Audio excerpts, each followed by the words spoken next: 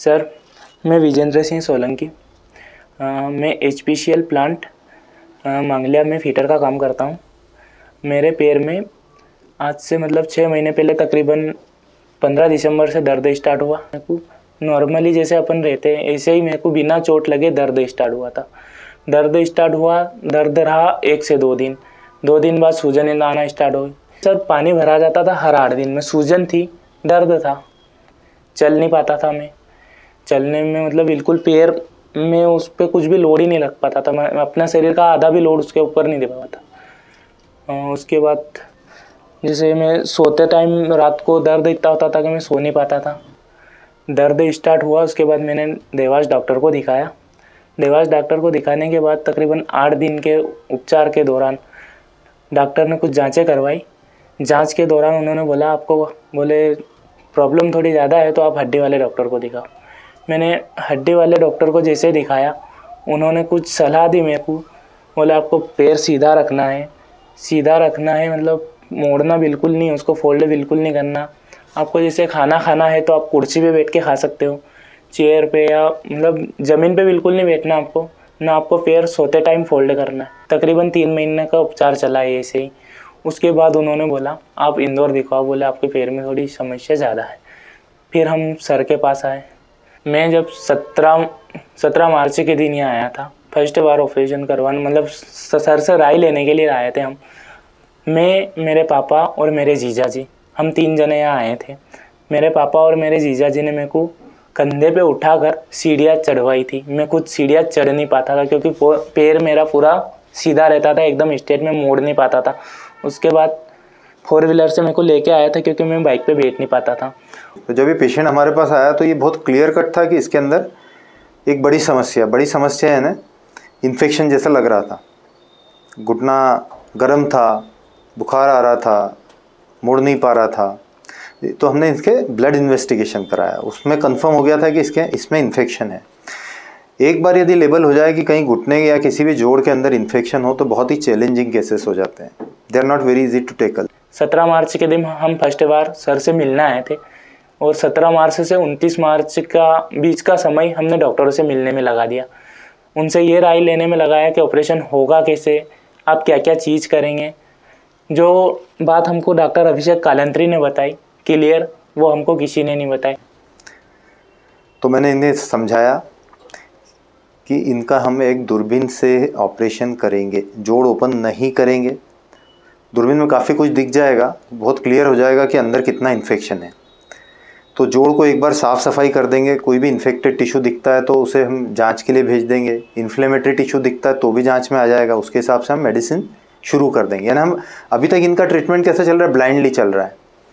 सब एंटीबायोटिक दिए जा रहे हैं, पैर ठीक हो ही नहीं रहा है किसी को।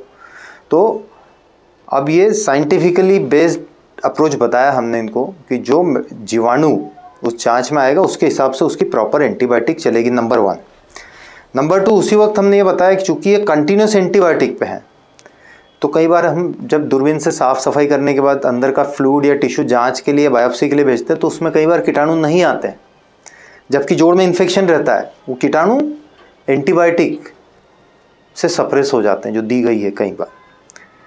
इन दैट केस हमने ये बताया था कि अगर हमको नहीं भी आते जीवाणु तो इन्फेक्शन कंट्रोल करने के लिए सेकेंड सर्जरी करके हम इसमें एंटीबायोटिक बीट्स डालेंगे जिससे ये इन्फेक्शन कंट्रोल होगा। फर्स्ट बार ऑपरेशन हुआ था तो पैर बिल्कुल सूजा हुआ था और फोल्ड बिल्कुल नहीं हो पाता था। ऐसा ही रहता था? हाँ, ऐसा ही रहता था सर। बिल्कुल एकदम स्ट्रेट रखना पड़ता था सर। मोड़ बिल्कुल भी नहीं पाता था मैं। अब सर ये स्थिति इतना मैं मोड़ भी पाता हूँ, चल भी पाता हूँ, बिल्कुल कोई प्रॉब्लम नहीं है चलने में। और उसके बाद मैं जैसे इसको फोल्ड करके इतना ऐसा रख भी सकता हूँ और सोने में भी दर्द बिल्कुल नहीं होता मेरे को। तो जब हमने इसकी पहली सर्जरी कर दी अच्छे से, टिश्यूज़ की क्वालिटी सब कुछ साफ़ करके, और जब 4 दिन बाद इनकी जांच आई तो उसमें कोई जीवाणु नहीं था। अब ये भी अनदर चैलेंज है कि जीवाणु भी नहीं है और आपको इन्फेक्शन कंट्रोल भी करना है। तो अब हमारा ये बहुत ही वास्ट एक्सपीरियंस है इस फील्ड में कि जोड़ों का इन्फेक्शन कैसे कंट्रोल करना, और वो भी केवल दूरबीन की सर्जरी, बगैर जोड़ ओपन किए हुए।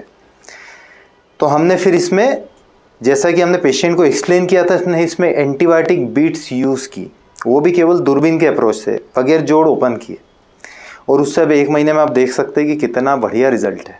पहला मेरा ऑपरेशन हुआ था 29 मार्च के दिन, दूसरी बीट डलवाई थी मैंने 7 अप्रैल के दिन 2022। उसके बाद हमने 17 मई के दिन ये बीट निकलवाई थी।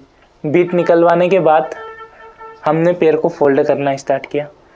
17 मई के दिन मेरे पैर की ये हालत थी, मैं सिर्फ इतना मोड़ पाता था उसको। उसके बाद हमने फोल्ड करना स्टार्ट किया। आज 1 जून है, मैं पैर को इतना मोड़ पाता हूँ, चल पाता हूँ, सीढ़ियाँ चढ़ पाता हूँ, और मैं बाइक खुद चला लेता हूँ, और मैं जैसे 1 से 1.5 किलोमीटर पैदल चल सकता हूँ।